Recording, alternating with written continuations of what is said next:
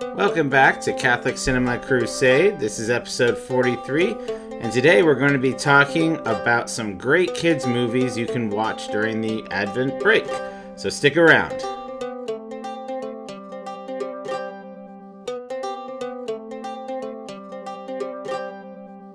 Why don't you go ahead and start us off with prayer, Nick? In the name of the Father, the Son, the Holy Spirit, amen. Dear Lord, thank you so much for the opportunity to prepare for the birth of our Savior. Thank you for our family, for our friends. Thank you for the gift of cinema, which provides entertainment and instruction during this Advent and Christmas season. Keep us safe and close to you, and help us have a wonderful week. So today is episode 43, and today we're going to be kind of doing a broad stroke podcast rather than focusing on an individual film. So, Can I tell you the origin of this? Yeah, sure, idea? Go for it. Well, some of my friends at Mom's group, we were talking about movies, and one of my friends, she liked watching PureFlix movies with her family, but a lot of them were very dramatic and dealing with like people in really rough situations, and she just wanted some ideas for some like good, nice family movies. And I was, just naming off some things, and we were bouncing around ideas, and gave me an idea for this podcast so I can actually have something to send to her and like a list for her. Right. So basically what we're doing here is kind of our top 10-ish, doesn't necessarily have to be exactly 10, but top films that are really good for kids but aren't animation. Obviously, animation is a big part of children's cinema, but there are many live-action films that do a great job, that provide great entertainment and good moral lessons.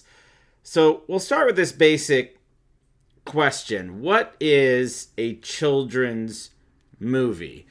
Maurice Sendak, the author of Where the Wild Things Are, was once asked about his writing process, and someone asked him, what made you want to write for children? And he said, I didn't set out to be a children's writer. I just wrote, and someone pointed at what I was writing and said, that's for children.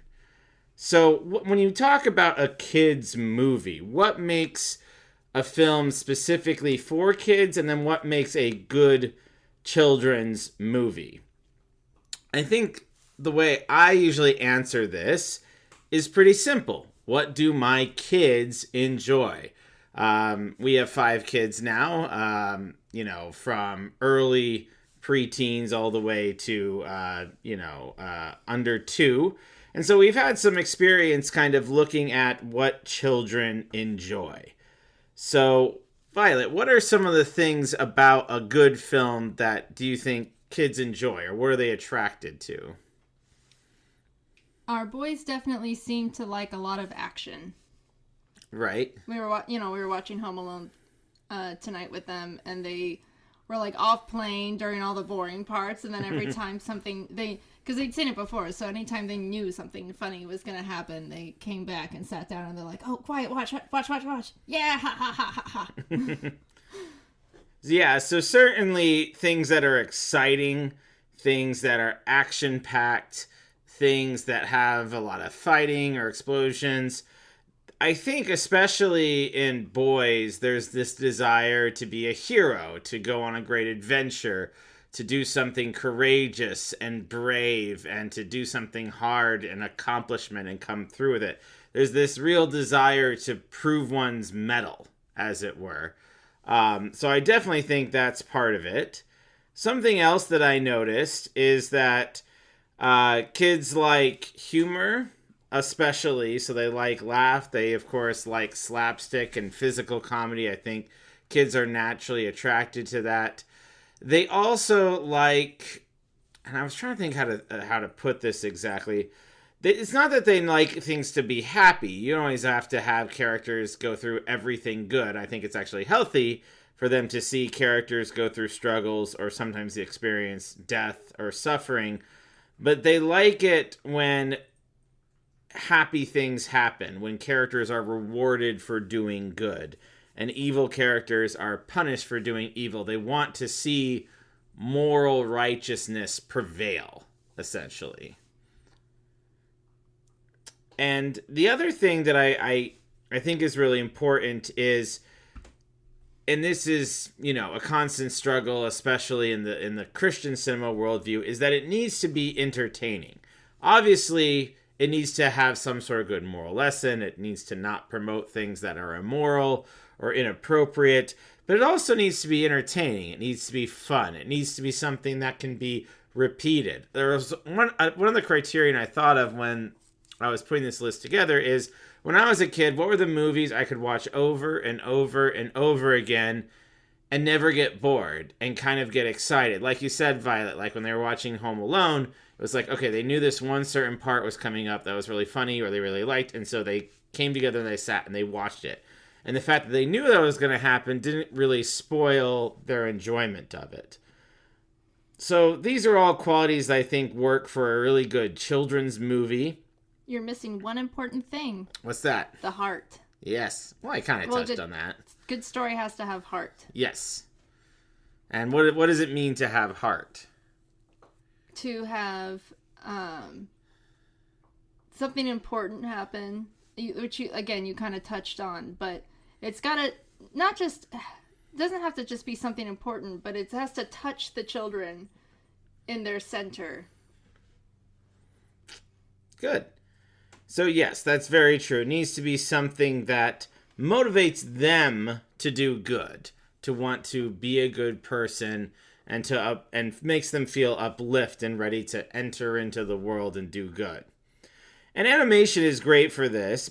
Kids naturally are drawn to cartoons because they're bright, because the characters are exaggerated, so they're kind of archetypal. But because so much of children's cinema is dominated by animation, we thought we would look specifically at live action films. Now, this can get a little fuzzy. It doesn't have to be 100% live action. So, for example, I've included in my choices at least 2 films that could be kind of on the borderline. One that's mostly live action but has some animation in it, and then one that's all live action but uses puppetry. So, what I'm defining as live action is pretty much just things that are real in front of the screen, okay, essentially, that are objects, as opposed to, drawing or using a computer on paper and then taking photographs. I also did not include claymation because I consider that animation. That's true. All right, so I think the best way to do this is we'll just kind of tag team. I'll list one, you list one. If there's some overlap, maybe we can both comment on it. So here's some of our favorites. So the first one, and these are not in any particular order. These are just 10 films that I thought were great examples of live action films that kids enjoy. And the first one I came up with is The Princess Bride. This is one of the greatest screenplays of all time. Just endlessly quotable, extremely witty, and definitely fits especially for young men in this courageous bravery category. It's about this man who sacrifices everything to be with his beloved and to rescue her.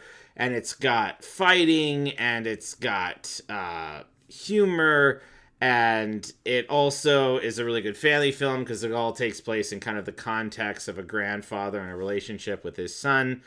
It's directed by Rob Reiner. It stars Cary Elwes and Mandy Patinkin and Wallace Shawn, some of the great actors of the 90s, and it's just endlessly watchable, enjoyable. A lot of these are actually on my 100 greatest films of all time list. But yeah, I love The Princess Bride. It's fantastic. Movie on my list, you probably weren't expecting, is We Bought a Zoo.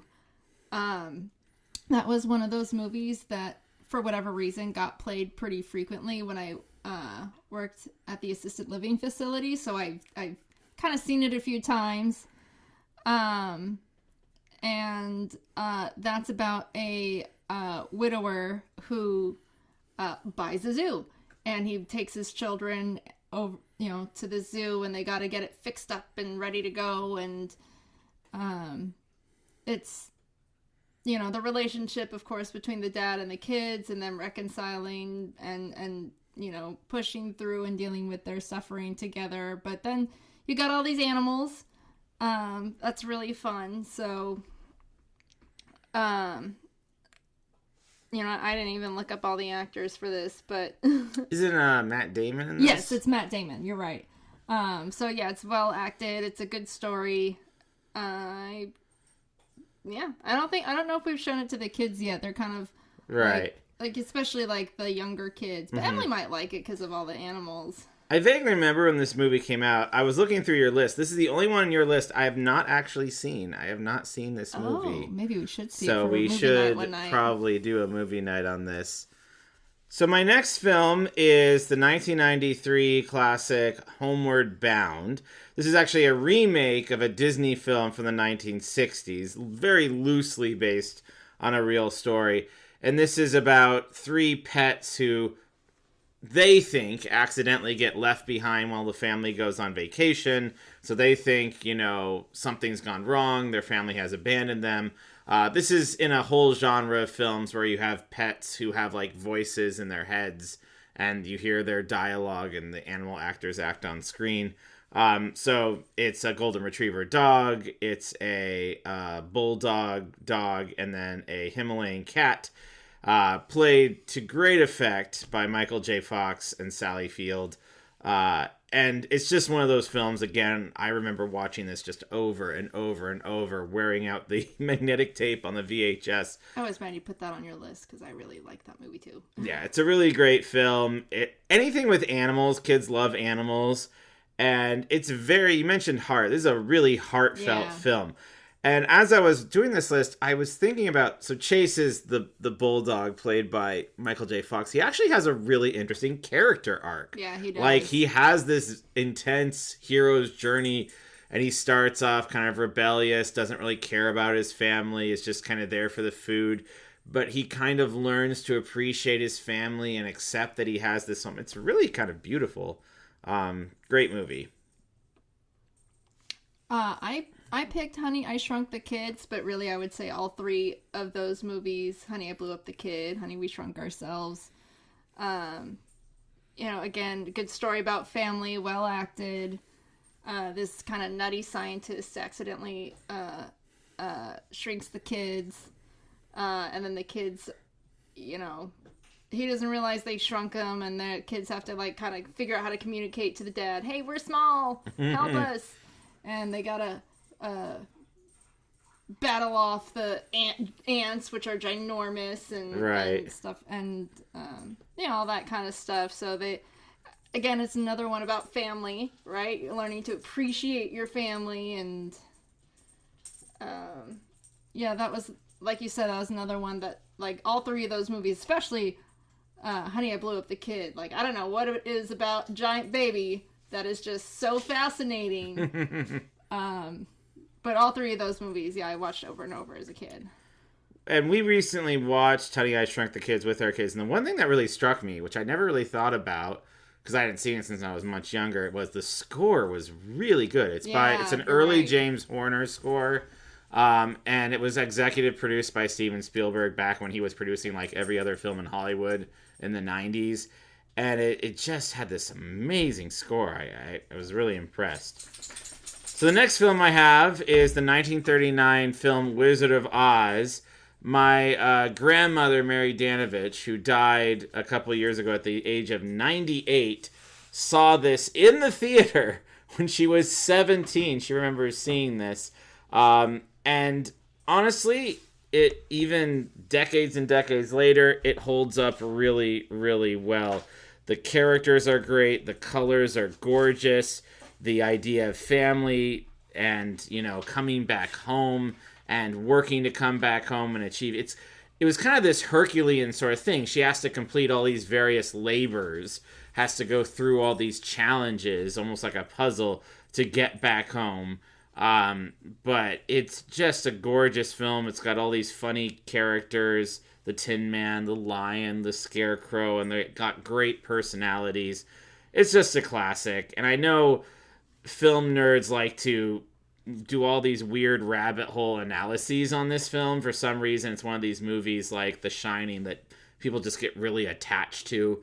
But I don't think that's necessary. I think it's just a great film about wanting to get home, and it's got, flying monkeys and witches and munchkins and all kinds of great stuff. Yeah, it's a good one. I put the movie Annie.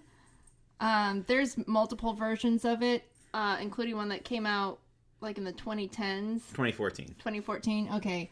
I would recommend Jamie Foxx. Yeah, I would recommend any of the, because I think there was one like in the 60s too. Yeah, the 60s one is classic. 60s one, fun fact, starred Anne Reinking as, what's her name? The person in charge of the orphanage. She's kind of the annoying one who's like bossing them around, but then she turns out good in the end. I forget the character's name, but she was played by Anne Reinking, who is the sister of Jim Reinking, who runs Marist music program where I teach. Oh, so, okay. Fun I little did not know that. Trivia.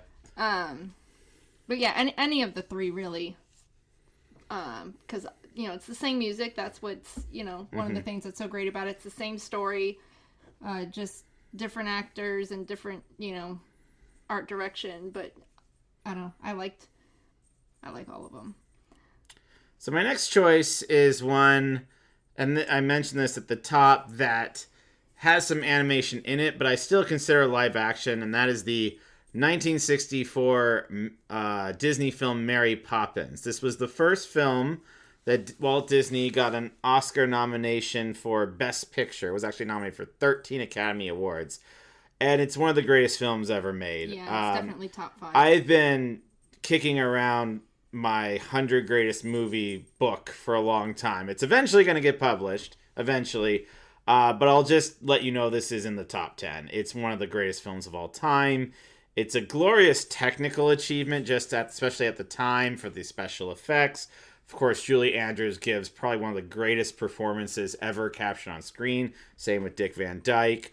But as a father watching this, I was struck at how much I identify with Mr. Banks, the father, who wants his life to be very orderly and put together.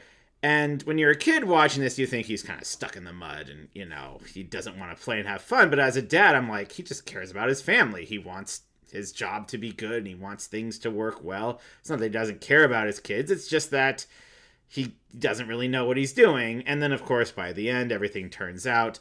The whole point of Mary Poppins really coming is to bring the family back together. She's this very angelic figure, and in quite literal sense, she comes down from the heavens. She's there to help the family come back together. She's this kind of otherworldly figure.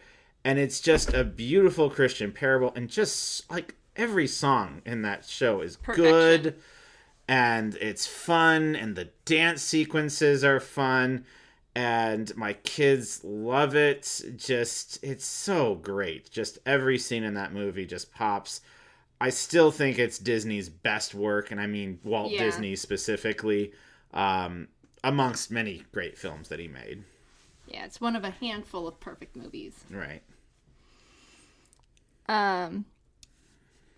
I was really jealous that you picked Mary Poppins, so I went ahead and picked The Sound of Music, because probably anything with Julie Andrews in it is going to be good. Yes. But of course, The Sound of Music is the other one of her beautiful, beautiful movies.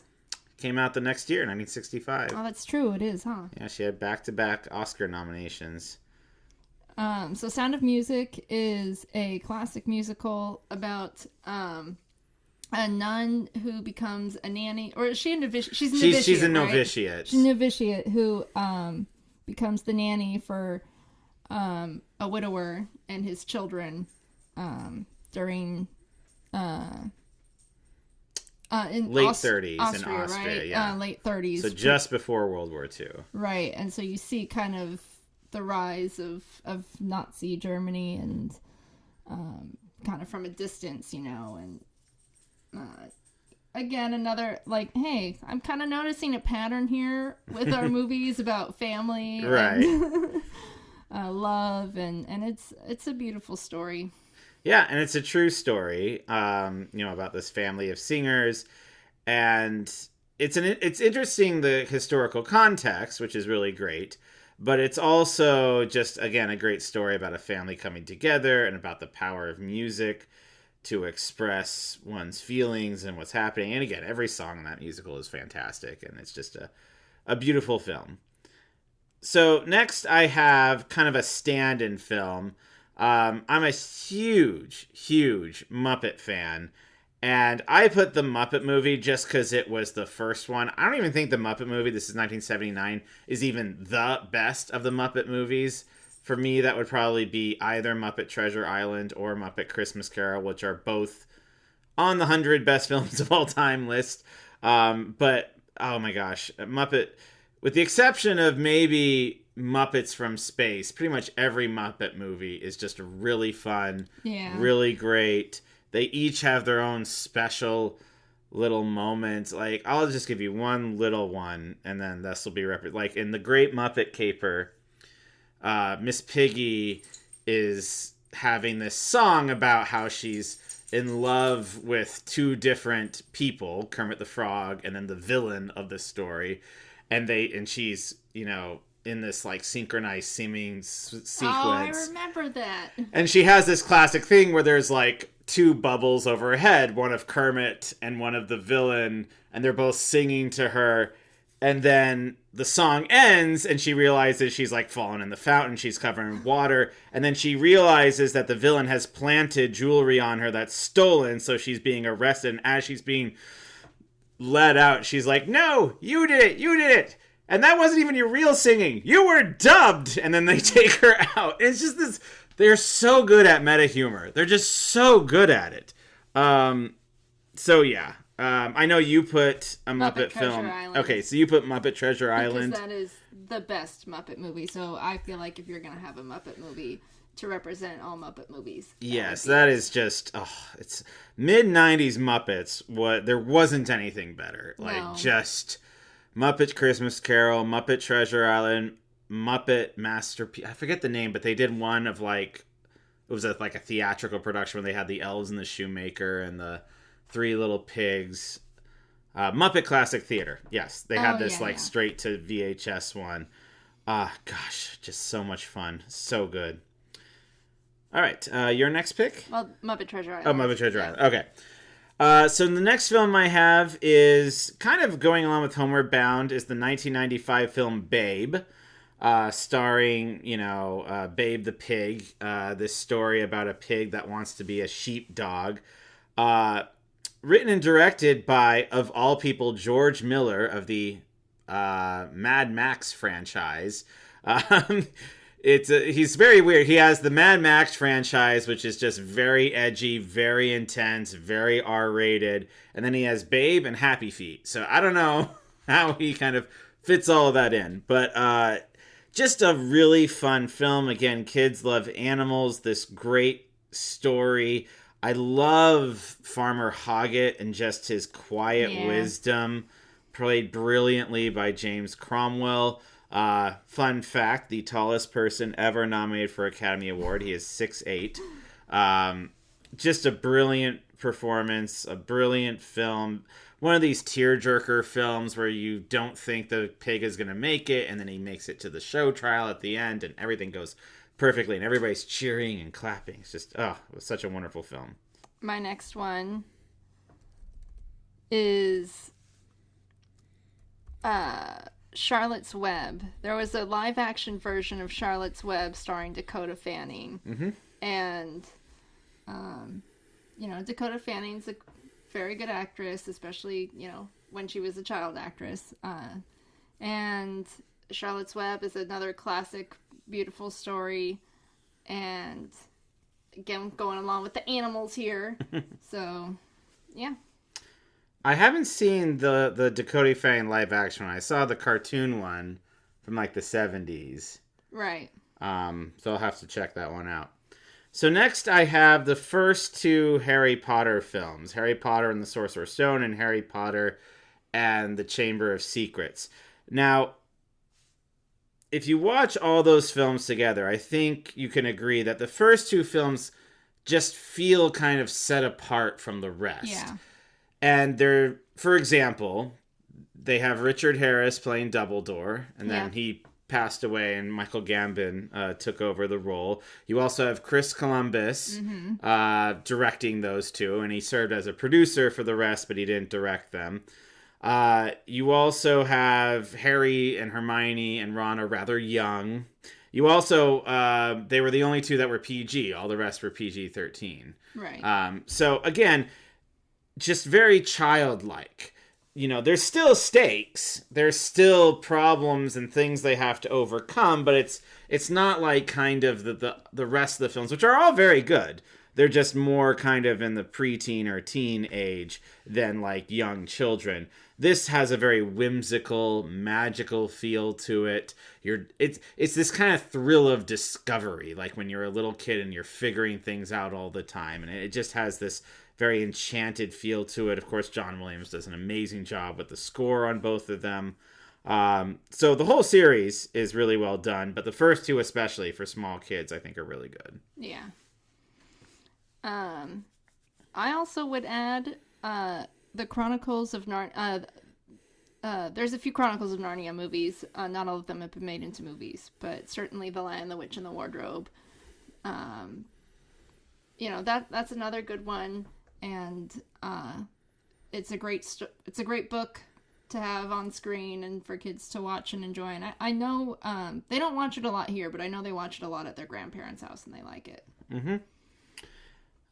Next we alluded to this earlier because my kids were watching it, but we have Home Alone, which was directed by Chris Columbus and written by the great John Hughes of Breakfast Club and 16 Candles and things like that. And this is just one of the great, like, boy fantasy films. I remember when I saw this film when I was a kid, I immediately thought of ways to, like, booby trap my house when burglars would come. There's this weird sort of thing. As a man, you always want to defend your family and you want to make sure that your family's taken care of and you hope nothing happens. But there's this tiny little part of you that's like, I really hope somebody robs the house so I can grab the shotgun and scare them off and be the big hero. I mean, obviously you don't want this to happen, but there's always kind of this, you want to be a hero, right? And watching them every time you watch, and I know they had a bunch of sequels, but nothing compares to the first one, watching him go at the robbers, where you know the robbers are going to get hurt and they're going to lose. They're not going to die, although, to be honest, some of the things that happen if they happen in real life probably would kill them. But you know, to see him go through like all these booby traps, it's just so much fun. It's a really fun film and a very heartwarming film where Kevin McAllister learns that he does appreciate his family and he doesn't want to be alone. And the mom also learns to appreciate the kid. Catherine O'Hara still making great films. So yeah, really great, especially for Christmas, really great film. So I picked It Happened One Night, which is a screwball comedy about a woman who marries a man for his money. She elopes with him, and her father's trying to get her to get an annulment because he knows that she doesn't really want to be with him. She just wants his money. And she is trying to hitch a ride, and she ends up with a or a journalist. And in order to get back into the newspaper's good graces, he basically threatens her and says, I'm going to turn you in unless you give me the exclusive, right? Right. And so they're on this journey, and of course they fall in love. But like that, the wall of Jericho, right? When they're in that hotel room together, and she gets so upset, and she puts up the bed sheets in between their beds and calls it the wall of Jericho, right? Or I think the guy calls it the wall of Jericho. And then after they get married, he puts up the wall of Jericho just so he can take it down. Right. It's one of the great ending scenes when you see the wall fall to the ground and the film's over. It's great. Frank Capra, of course, is my favorite film director of all time. Everything he did is great. And this was his first... He had made some successful films before this, but this was his first big hit. 1935 was also the first and only one of 3 films to win the Big Five, so Best Picture, Best Director, Best Actor, Best Actress, and Best Screenplay. Just a classic, so much fun, great comedy. But yeah, a lot of those screwball comedies from that era, from the 30s, would be good for kids and families. So my next film is The Sandlot. Now, there are a lot of good sports films for kids, but this is probably my favorite sports film for kids. It takes you back to summer when you're just playing baseball with your friends.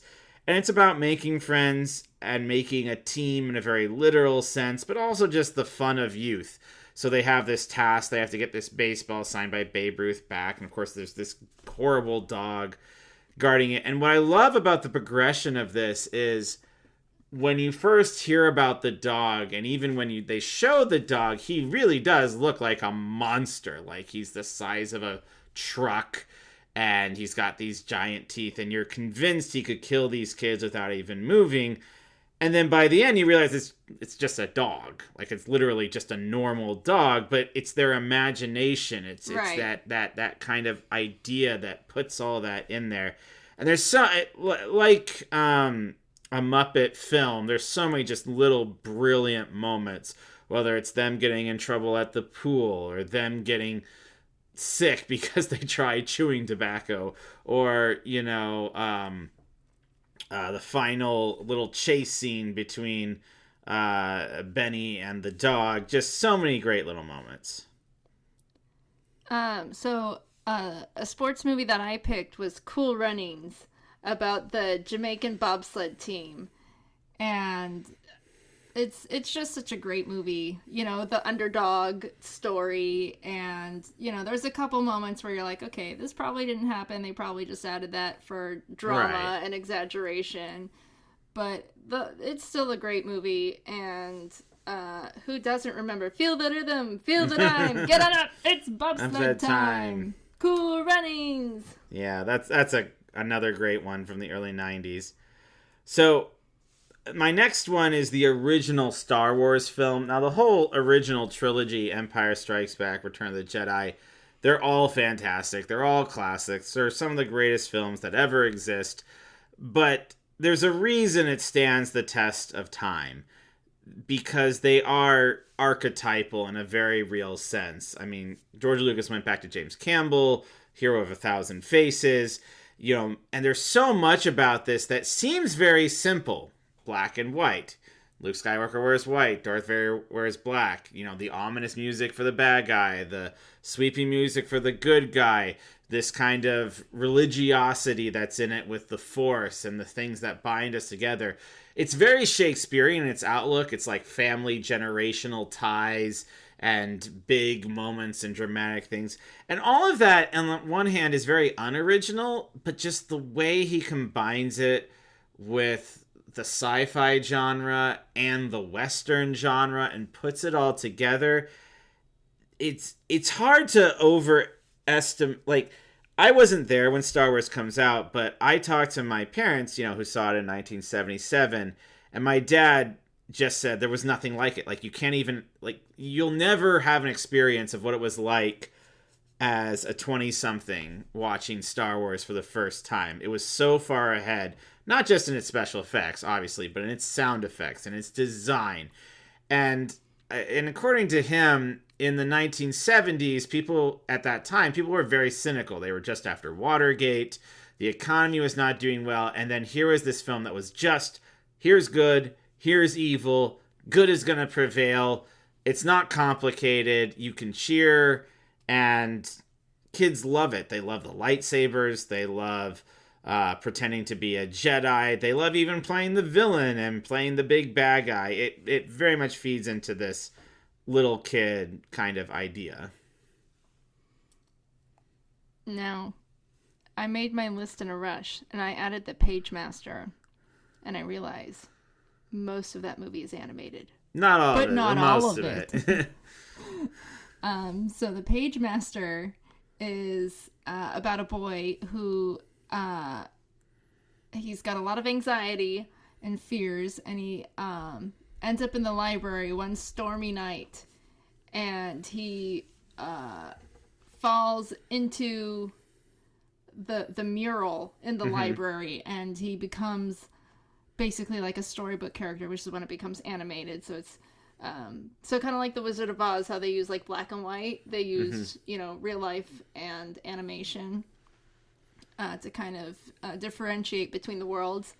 And so he's traveling through different classic stories and learning to overcome his fears and anxieties. So again, it's another one of these classic hero's journeys and solid movie. Apparently, I learned how to read the word exit by watching this movie so many times. That was like a thing. You have to look for the exit. Yeah.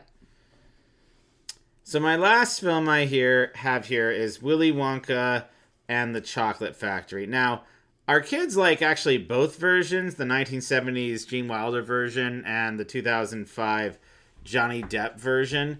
I think, I don't have time to go into this, but I think they're both good, but for different reasons, and they have very different approaches to the material. But I'm going to go with the classic one, just because you walk into that, the first scene when you go into his little room where everything's edible, and he sings Imagination.